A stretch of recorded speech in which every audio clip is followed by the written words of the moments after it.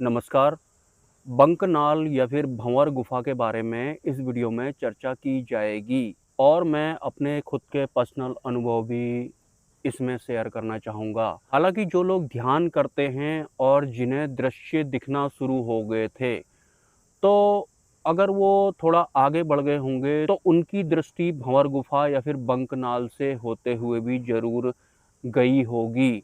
लेकिन जिन लोगों को दृश्य दिखे ही नहीं हैं अभी तक, तो वो इस वीडियो को देख कर के ध्यान करते वक़्त कल्पना ना करें कि जैसा बंकनाल के बारे में बताया गया था, वैसा-वैसा मुझे दिखेगा।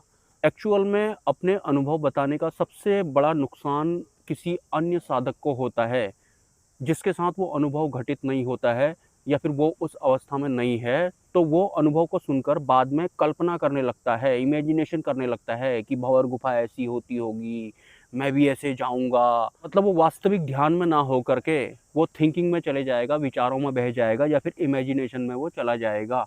हालाँकि अगर आप किसी गुफ़ा में इस शरीर के साथ में प्रवेश करने की कोशिश करते हैं, तो सिंपली गुफ़ा काफ़ी संकरी होती है और उसमें आप सीधे खड़े-खड़े चल के भी नहीं जा पाएँगे। आपको कमर टेढ़ी करके उसमें जाना पड़ेगा और मेबी आपके कमर में भी दर्द हो जाएगा और वहाँ अंधेरा भी होगा, अगर फ़िज़िकली आप किसी भी गुफ़ा में जाने की कोशिश करते हैं तो। और मेबी अगर वो गुफ़ा दिव्य है, जहाँ पर आप इस शरीर के साथ में ही जा रहे हैं, तो मेबी एक पर्टिकुलर टाइम पीरियड के बाद आपको वहाँ प्रकाश भी दिखाई पड़ सकता है गुफ़ा के अंदर में, क्योंकि दिव्य सत्ताएँ तो गुफ़ाओं में भी होती हैं। हालाँकि मैं इस विषय पर चर्चा नहीं करने वाला हूँ। अब बात करते हैं ध्यान की। ध्यान में आप बैठे, आपको दृश्य दिखना शुरू हो गए। अचानक से क्या होता है कि आपकी जो दृष्टि होती है, गुफ़ानुमी एक आयाम होता है, वहाँ पहुँच जाती है। उस गुफ़ानुमी आयाम में हमारी दृष्टि बहुत तेज़ी से आगे को बढ़ रही होती है और उसमें बहुत विभिन्न प्रकार के दृश्य भी साथ-साथ में दिख रहे होते हैं, मतलब पास हो रहे होते हैं। हमारी दृष्टि आगे को चल ही रही होती है, दृश्य पीछे को पास हो ही रहे होते हैं।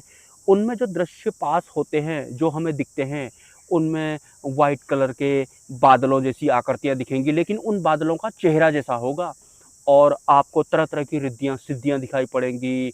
आपको भयानक दृश्य, भयानक आकृतियाँ भी दिखाई पड़ेंगी, 3 आँखों वाली या फिर 4 आँखों वाली या फिर 1 पैर वाली या फिर आधे इंसान जैसे, आधे पशु-पक्षियों जैसे। आप उनको समझ नहीं पाएँगे कि ये आखिर है क्या? और उसी दौरान अगर आप ध्यान करने में थोड़ा पारंगत हो गए होंगे, तो कुछ-कुछ आकृतियाँ आपसे कुछ बोल रही होंगी, उनकी आवाज़ आपको नहीं सुनाई पड़ रही होगी और कुछ-कुछ आकृतियाँ या फिर दृश्य या फिर जो जीव होते हैं, भंवर गुफ़ा में जो मिलते हैं या फिर बंकनाल में जो मिलते हैं, उनकी आवाज़ें हमको सुनाई पड़ती है। ये सब डिपेंड करता है कि हमारी फ्रीक्वेंसी अभी सूक्ष्म जगत के साथ कितनी मैच हुई है। अगर कुछ-कुछ मैच हो गई होगी, तो आवाज़ भी सुनाई पड़ेगी उनकी जो दिख रहे हैं आपको। नहीं पूरी मैच हुई होगी, तो खाली मुँह हिलते हुए सुनाई पड़ेगा, पता लगेगा कि वो कुछ बोल रहे हैं, लेकिन क्या बोल रहे हैं ये नहीं पता लगेगा। तो दृष्टि आगे को बढ़ते रहती है। उसमें कुछ चिपकने वाली सत्ताएँ भी दिखती हैं। मतलब मैं अपनी पर्सनल अगर अनुभव बताऊँ तो एक दिन मुझे एक बहुत ही खतरनाक टाइप का चेहरा था उसका, वो मुझे दिखाई पड़ी थी भंवर गुफ़ा में। मुझे लगा कि जिस तरह से बाकी के दृश्य या फिर जीव या फिर सत्ताएँ, रिद्धियाँ-सिद्धियाँ पास हो रही हैं, चले जा रही हैं, देख रही हैं, लेकिन चले जा रही हैं, तो ये भी चली जाएगी, लेकिन वो गई नहीं। वो तो बिल्कुल मेरे में झपट्टा मारा था उसने और मेरी आँख खुल गई थी उसके बाद में। मतलब एक तो दिखने में उनका जो बॉडी स्ट्रक्चर था वो बहुत ज़्यादा भयानक जैसा था और जिस तरह से मैं विचलित हो जाऊँगा कुछ इस तरह का था, मैं आपको सही बताऊँ तो। तो उन्होंने मेरे ऊपर झपट्टा मारा था। मतलब उनकी चाल भी बिल्कुल अलग ही थी, बिल्कुल इधर को, उधर को, इधर को, इधर को, इधर को, उधर को, उसके बाद सीधे-सीधे मेरे ऊपर ही आ जाऊँ, ऐसे वाला टाइप का। तो मैं उस दिन मतलब मैंने आँखें खोल दी थी अपनी, बहुत पहले की बात है ये, 2 ढाई साल पुराने अनुभव आपको बता रहा हूँ। आजकल मैं ध्यान करता भी हूँ तो मेरा मतलब सीधी-सी बात है, मैं अपने गुरुजी को ढूँढ रहा होता हूँ वहाँ पे या फिर परमात्मा भगवान स्वामीनारायण को देखने का ही उनका जो ओरिजिनल स्वरूप है, ए ग्रेड वाला, वो देखने का ही मेरा संकल्प रहता है, तो मैं वो अनुभव वगैरह शेयर नहीं करता हूँ। हालाँकि आजकल भी मुझे दृश्य दिखाई पड़ते हैं। तो भँवर गुफ़ा में जब आपकी दृष्टि चली जाएगी, तो वहाँ पर कहीं पर आपको अंधेरा भी दिखेगा साथ में, उजाला भी आएगा साथ में, प्रकाश का बिंदु भी दिखेगा, प्रकाश पुंज भी दिखेगा आपको साथ में। आप कहीं इधर-उधर किसी की आँख में अगर आप देखेंगे, 3 आँख वाली कोई दिख गई आपको, तो उसकी आँख में आपको देख कर के तीसरी आँख में अंदर नहीं घुसना है, क्योंकि तीसरी आँख में अगर आप किसी की देखेंगे ना, तो उसकी तीसरी आँख में जो दिख रहा होता है, आप उसको ही देखते उसकी तीसरी आँख में घुस जाएँगे आप। मतलब आप किसी दूसरे जगत में चले जाने वाले हैं, क्योंकि अगर आपने किसी रिद्धी-सिद्धि की तीसरी आँख में देखा, तो थर्ड आई में आपको किसी के देखना ही नहीं है, ठीक? परमात्मा हैं, गुरुजी हैं, वो बात अलग हो गई। लेकिन बाकी जो भी मिलते हैं ना, उनकी तीसरी आँख में आपको नहीं देखना है, और साधक यही गलती करते हैं, वो तीसरी आँख में देखते हैं। मैं भी देखता था, मैं सही बताऊँ तो। लेकिन मेरे एक गुरु थे जो कि हाँ, परमहंस हैं। उन्होंने मुझे बोला कि आँख में नहीं देखना है किसी की, मतलब तीसरी आँख में नहीं देखना, और रिद्धि-सिद्धियों की, क्योंकि उनकी तीसरी आँख में बिल्कुल ऐसे-ऐसे दृश्य दिखते हैं ना, क्या बताऊँ। आप ये समझ लो कि ये जो हमारा सोशल मीडिया है या फिर ये जो मोबाइल फ़ोन है, ये एक तरह से थर्ड आई है। आपको शायद ना पता हो, इस मीडिया में और समुद्र में बहुत बड़ा संबंध है। ये जो इंटरनेट है, ये समुद्र से होकर आता है। तो समुद्र में और इंटरनेट में बहुत बड़ा गहरा संबंध है। ये इंटरनेट या फिर ये जो सोशल मीडिया है, मोबाइल स्क्रीन जिसमें टीवी वगैरह दिखता है, ये एक तरह की तीसरी आँख है। तो आपने देखा होगा कि इसमें हमको ज़बरदस्ती जो दिखाया जाता है, वो देखने को मिलता है, ठीक?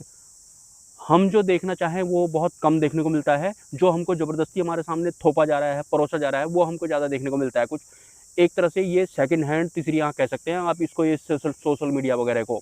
हालाँकि उसी से संबंध रखता है, उसी वाली तीसरी आँख से। उत्पत्ति वहीं से हुई है इनकी, संबंध वहीं से है, मतलब टोटल मिलाकर के। ये सोशल मीडिया का भी आपको पता होगा, सोशल मीडिया के थ्रू किसी-किसी को ब्रह्मज्ञानी गुरु मिल जाते हैं, ओरिजिनल गुरु मिल जाते हैं। कुछ लोग माया में लपेट जाते हैं, वो बात अलग है, लेकिन बहुत सारे साधकों की शुरुआत तो सोशल मीडिया से ही हुई है। तो जो भंवर गुफ़ा होती है या फिर जो बंकनाल होती है, वो उसमें हमको पहली बात तो भयग्रस्त हमको होना नहीं है बिल्कुल भी। भय तो किसी कीमत पे हमको मतलब ठान लेना पहले कि मैं डरूँगा नहीं, डरना-वरना नहीं है मेरे को किसी भी कीमत पे। क्योंकि दृश्य बहुत अलग ही लेवल के दिखाई पड़ते हैं, मैं आपको सही बताऊँ तो।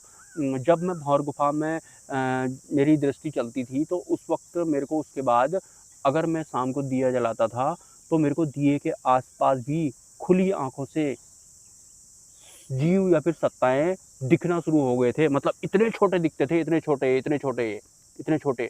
बाद में अगर मैं उनको गौर से देखता था ना, तो मुझे पता लगता था, अरे! इनकी तो आँखें भी हैं, इसके तो पैर भी हैं। लगा लो, अगर दिया जलाया होगा, दिए के बगल में आपको इतना छोटा-सा कुछ दिख रहा होगा, तो शुरू-शुरू में मेरे को लगता था कि खाली ऐसी आँखों का कुछ गड़बड़ होगा। लेकिन बाद में जब मैं देखता था, तो मेरे को पता लगा कि अरे! इसकी तो आँखें हैं। फिर गौर से देखूँ तो पूरा फुल एचडी में दिखने लगते थे वो। मतलब सत्ताएँ मुझे उसके बाद खुली आँखों से दिखने लग जाती थी, छोटी वाली, सूक्ष्म वाली। मेरे साथ तो ऐसा होता था उस वक़्त। हालाँकि उस वक़्त मैं आधा सिद्धि मार्ग में हुआ करता था, आधा मैं मुक्ति मार्ग में हुआ करता था। तो एक तरफ तो मेरे गुरुजी ने बोला था कि सिद्धि मार्ग मेरा मार्ग नहीं है, तुम्हारा भी नहीं होना चाहिए। मैं उनकी बात आधी मानता भी था, आधी नहीं भी मानता था, और मुझे पता भी था कि यही भरोसेमंद हैं, यही मेरे को सही रास्ता दिखाते हैं। तो सिद्धि मार्ग में भी मैं एक तरह से था, क्योंकि ध्यान करता था। पहले तो दिखता था नहीं ऐसा कुछ भी, अचानक से सब दिखना शुरू हुआ, तो मैं भी उनके प्रभाव में आया ही आया था। हालाँकि मैंने कभी भी किसी से माँगा कुछ भी नहीं। और एक बात ध्यान रखना, ये जितने भी देवी-देवता, रिद्धियाँ-सिद्धियाँ वगैरह होते हैं ना, इनका वास हमारे शरीर के अंदर में होता है, ध्यान रखना।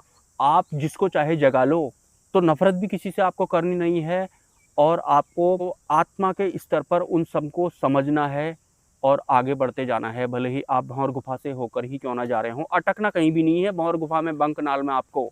और बिना गुरु की शरण में हुए आपको इस तरह का ध्यान भी नहीं करना है, क्योंकि भंवर गुफ़ा में या फिर बंकनाल में बहुत अलग ही लेवल की मैट्रिक्स भी चलती है, मैं आपको बता रहा हूँ। मतलब आपका ध्येय पहले से ही स्पष्ट होना चाहिए कि मुझे तो मोक्ष प्राप्त करना है, आत्म साक्षात्कार मुझे करना है।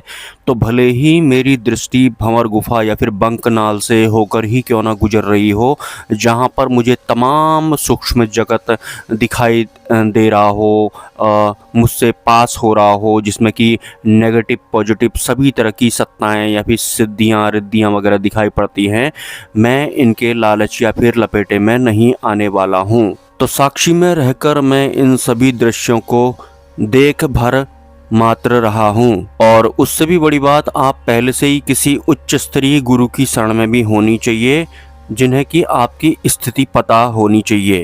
ये था आज का वीडियो, मिलते हैं किसी नेक्स्ट वीडियो में। जय Swaminarayan, have a nice day.